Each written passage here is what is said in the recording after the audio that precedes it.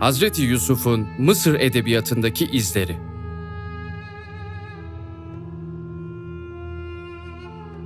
İki kardeşin hikayesi. Hikayelerin ilham kaynağı nedir? Yaşanmışlıklar ve yaşananların zihinlere ve kalplere bıraktığı izler değil midir? Tarihin içinden çıkartılmış ve günümüze ulaşmış hikayelere sadece bir anlatı demek, zihnimizi sınırlandırmaktan başka hangi şeye hizmet eder? Kendi çıkış tarihini ya da daha öncesini anlamamız için bulunmaz bir hazine değerinde olan bu hikayeler keşfedilmek, çözülmek için bizi bekliyor. İşte onlardan biri daha karşınızda. İki kardeşin hikayesi. İki kardeşin hikayesi, yeni krallık döneminde popüler olan Mısır tarzı bir halk söylencesidir. Metin, Dorbiney papirüsünde korunmaktadır ve 1857'de British Museum tarafından satın alınmıştır. Yaşadığımız gezegende iki kardeşin hikayesi eserini en çok inceleyip analiz eden kişi sayılan Susan Tower Hollis, bu hikayenin tarihte yaşanmış gerçek bir durumun yansımalarını içerdiğini söyler. Acaba yaşanmış hangi olaydan esinlenen bir hikayeden bahsedeceğiz? Hikayeyi dinlerken cevabı da hemen bulacağınıza eminiz. Anubis ve Bata olarak da adlandırılan iki erkek kardeş, tipik bir Mısır hanesinde büyürler. Bata çok yakışıklı ve güçlü bir gençtir. Abisi Anubis'in hane işlerinin tamamını o görmektedir. Ancak bir gün ondan etkilenen Anubis'in karısı Bata'yı baştan çıkarmaya çalışır. Bata'dan karşılık göremez ve reddedilen kadın kocası Anubis'e olayı çarpıtarak anlatır. Bata'ya iftira atılmıştır. Anubis, kardeşi Bata'yı öldürmek için onun peşine düşer. Bata her gün gittiği ekin ambarına girmeden yolda 7 Hathor onu Anubis'in ölüm tuzağına karşı uyarır. Tuzak kuran kardeşini fark eden Bata kaçar. Anubis ardındadır. Bata'nın duasıyla aralarına bir su engeli girer. Bu esnada Bata, gerçekte olanları abisine anlatmak ister. Ve aslında kadının onu baştan çıkarmaya çalıştığını, amacına ulaşamayınca iftira atarak kardeşiyle karşı karşıya getirdiğini söyler. Anubis bunun üzerine karısının sadakatsiz olduğuna ikna olmasıyla birlikte karısının planını öğrenir. Daha sonra karısını öldürür ve iki kardeş barışır. Hikaye, tanrıların Bata'ya bir eş sağlaması ve ardından Bata'ya karşı yapılan birden fazla sadakatsizlik anlatısıyla devam eder. Bata bu olaylardan sonra birkaç kez öldürülür. Hatta hikayenin devamında boğa kılığına giren Bata kesilir ve bu ölümlerin ardından her defasında yeniden doğarak hayata döner.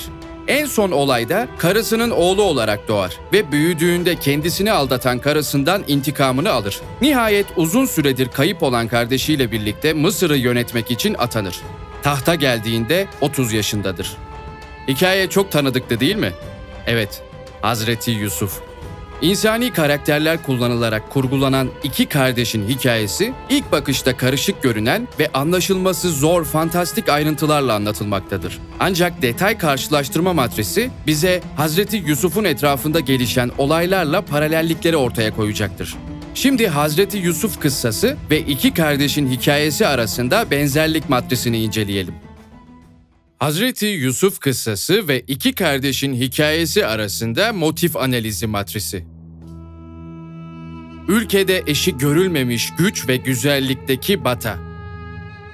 Eşsiz güzellikte Hazreti Yusuf. Semitik Bata ismi. Hazreti Yusuf'un ev işlerindeki köle vasfı. Tarla sürme, sığır gütme, ineklerin en güzel ekinlerin yerini söylemesi. Rüya anlatımında sığırlar ve ekinler. Bir baba gibi davranan büyük abi Anup. Evlatlık verilen üvey baba Mısır Azizi. Efendi Anup'un hanımından daha genç Bata'ya ahlak dışı teklif. Mısır Azizi'nin karısından genç Hazreti Yusuf'a ahlak dışı teklif. Teklife red ve şiddetli sakınma. Teklife red ve akabinde kaçış. Olayı Anup'a iftira atarak aksettirme. Olayı Aziz'e iftira ile aksettirme.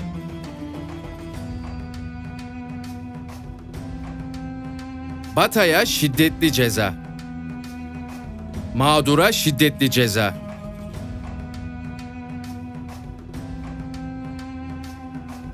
Bata'nın peşine düşüp onu öldürmeye çalışmak. Firavun'un İsrailoğullarının peşine düşmesi. Suların bölünmesi, birer duvar gibi yükselmesi. Hazreti Musa'nın suları bölüp toplumunu ayırması. Bata'nın fallusunu kesmesi. Hazreti Yusuf'un Mısır'a tanıttığı sünnet ibadeti. Bata'nın boğaya dönüşmesi. Hazreti Yusuf'un Tekvin 49:22'de genç bir boğaya benzetilmesi. Ekin ambarı ve buğday, arpa gibi ekinlerden bahis. Rüyadaki ekinler.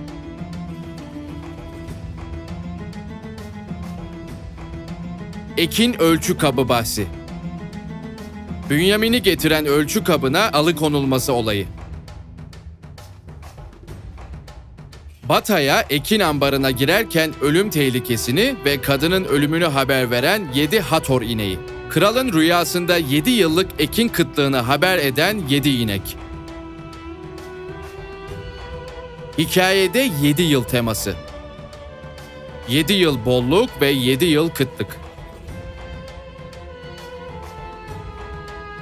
Bata'nın hayatta olduğunu bildirmesi.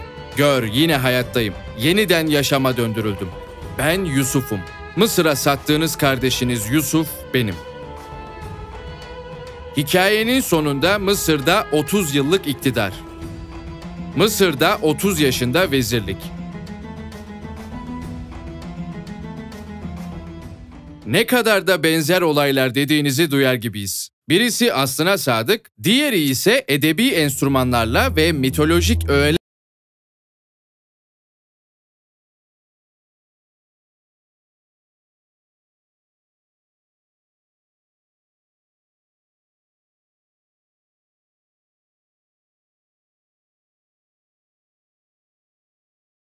göre Anup bir firavundur. Semitik bir figür olan Bata'yı öldürmek için peşine düşer. Bata, Bet yani hane işleri hizmetkarı anlamına gelir. Araya bir ilahi güç girip suları ayırana kadar Bata'yı öldürmeye çalışır. Papirüs'te Rui kelimesi hem sular hem de büyük giriş kapıların duvarları için kullanılır. Benzer şekilde iki kardeşin hikayesiyle Hazreti Yusuf kıssası arasındaki olayların benzerliğinden etkilenen Klaus Westermann, Hazreti Yusuf kıssasının anlatımında iki kardeşin hikayesiyle paralel anlatım akışında neredeyse kelimesi kelimesine örtüşme noktaları olduğunu savunmaktadır. Ayrıca eski Mısır edebiyatının bütününe baktığımızda Hazreti Yusuf ve Hazreti Musa kıssalarının bazen kesiştiği, bazen birebir alıntılandığı görülmektedir. Orta ve Yeni Krallık dönemlerinde ise Mısır'ın yaşayan hafızasının bir parçası olduğu tartışmasız bir gerçektir. Kralın rüyasındaki 7 inek, ileride iki kardeşin hikayesine giren bir Mısır kültüne de çıkış kaynağı olacaktı. Şimdi bu kültten bahsedelim. Eski Mısır'ın 7 Hator kültü. Hazreti Yusuf'un kıssasında kralın gördüğü 7 inek ve 7 buğday başağı bahsini hemen hepimiz biliriz. Ayetler mealen şöyledir. 43. Bir gün Melik dedi ki, ben rüyamda 7 cılız ineğin 7 semiz ineği yediğini ve 7 yeşil başakla 7 kuru başak görüyorum. Ey ileri gelenler! Siz rüya tabir edebiliyorsanız benim bu rüyamın tabirini bana bildirin. 44. Dediler ki, rüya dediğin şey karmakarışık hayallerdir. Biz ise böyle karışık hayallerin yorumunu bilemeyiz. 45. O ikiden kurtulmuş olanı nice zamandan sonra hatırladı da dedi ki, ben size o rüyanın tabirini hemen veririm. Hemen beni gönderin. 46. Ey Yusuf! Ey doğru sözlü! Bize şunu hallet. 7 semiz ineği 7 cılız inek yiyor ve 7 yeşil başakla diğer 7 kuru başak. Umarım ki o insanlara doğru cevapla dönerim. Onlar da bilirler. 47. Dedi ki, 7 sene eskisi gibi ekeceksiniz. Biçtiklerinizi başağında bırakınız. Biraz yiyeceğinizden başka. 48. Sonra onun arkasından 7 kurak sene gelecek. Önceki biriktirdiklerinizin biraz saklayacağınızdan başkasını yiyip bitirecek. 49. Sonra da onun arkasından yağışlı bir sene gelecek ki halk onda sıkıntıdan kurtulacak. Üzüm, zeytin gibi mahsulleri sıkıp faydalanacak. Görünen odur ki Mısırlıların hatırasında derin iz bırakan 7 kıtlık hadisesi sonrasında Mısır panteonuna yeni güncellemelere sebep olacaktı.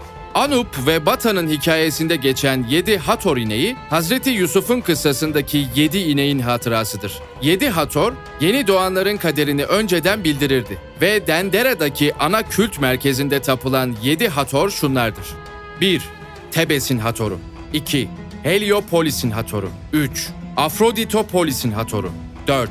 Sina'nın Hathoru. 5. Memphis'in Hathoru. 6. Hierakonpolis'in Hathoru.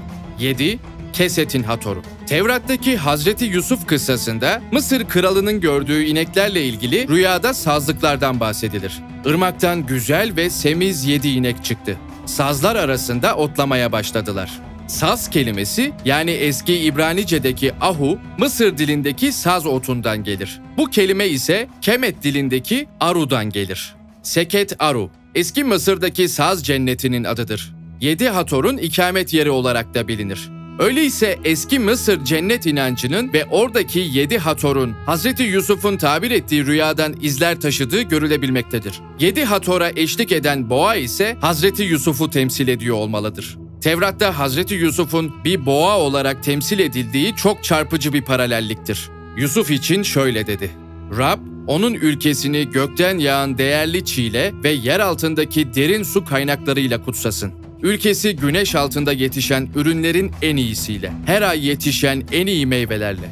yaşlı dağların en seçkin armağanlarıyla, kalıcı tepelerin bolluğuyla, yerin en değerli ürünü ve doluluğuyla, çalıda oturanın lütfuyla bereketli olsun. Yusuf'un başı üzerine, kardeşlerinden ayrı olanın başı üzerine bereket yağsın. İlk doğan bir boğa kadar görkemlidir o. Boynuzları yaban öküzünün boynuzları gibidir. Bu boynuzlarla ulusları, yeryüzünün 4 bucağındaki ulusları yaralayacak. İşte böyledir Efraim'in 10 binleri. İşte bunlardır Manaşşe'nin binleri. İki kardeşin hikayesinde boğa formunu alan Bata, tıpkı Hazreti Yusuf'un Tevrat'ta anıldığı gibi boğa şeklinde tasvir edilmiş. Gerald Massey, bu kültte geleceği vermesini, haber hatonların Nil taşkınlarıyla ilgisini ve kaderle ilgili bağlantılarını şöyle açıklar. Genel olarak geleceği de önceden bildirirlerdi. Nil nehrinin taşkınlarını ve ekin hasat bolluğu ile bağlantıları vardı. Bütün bunların yanında Mısır kralının rüyasında yılları sembolize eden varlık olarak gördüğü inek, en azından Ptolemik dönemde yılı sembolize eden hieroglif sembolü olarak kullanılırdı.